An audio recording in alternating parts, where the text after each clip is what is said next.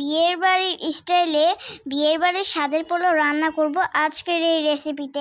Hello guys, আসসালামু আলাইকুম। সবাই কেমন আছেন? আশা করি সবাই ভালো আছেন। আমি আলহামদুলিল্লাহ অনেক ভালো আছি। তো আজকে আমি রান্না করব হলো আমার মা রান্না করবো হলো বিয়ের বাড়ির পোলাও, যেটা আমরা বিয়ে বাড়িতে খাওয়াতে আসিনি এবং কি আমরা নিজেই খাবো। তো আমরা প্রথমে পেঁয়াজ ভাজি করে নিব, বাট মা কেন জানি এটা দিয়ে রান্না করছে। যেটাই হোক, পোলাও উপরে যে বেরেস্তাটা দেয় ওইটা ভেজেছে আর কি আমার মা। পরে এখানে আবার এলাচ মেলাচ দিয়ে দিল, দিয়ে দিল শুকনো পাতা, এটাকে না কি বলে, তেজপাতা। এখানে হলো পোলাও দিয়ে দিল আমার মা।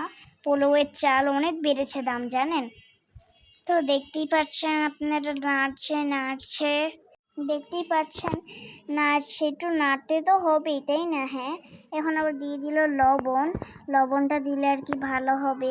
আমার কাছে তো পোলাও খুবই ভালো লাগে। আপনাদের কেমন লাগে কমেন্ট করে জানিয়ে দিবেন কিন্তু। হ্যাঁ, এখানে আবার কি দিয়ে দিল, আদা রসুন বাটা 1 চা চামচ।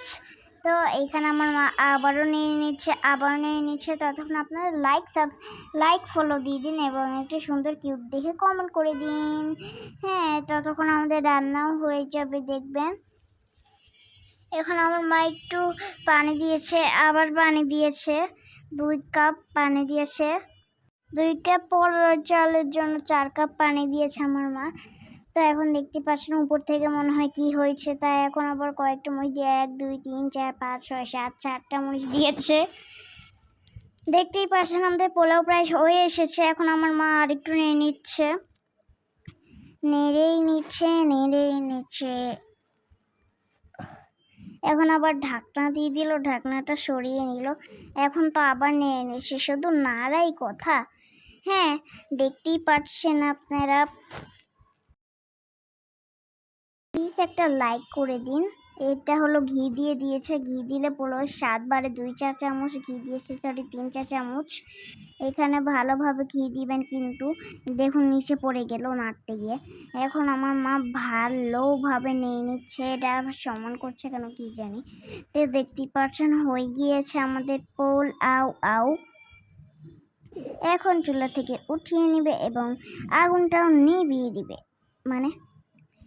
কি হবে, এখন এইভাবে রান্না করছে, দেখতেই পাচ্ছেন।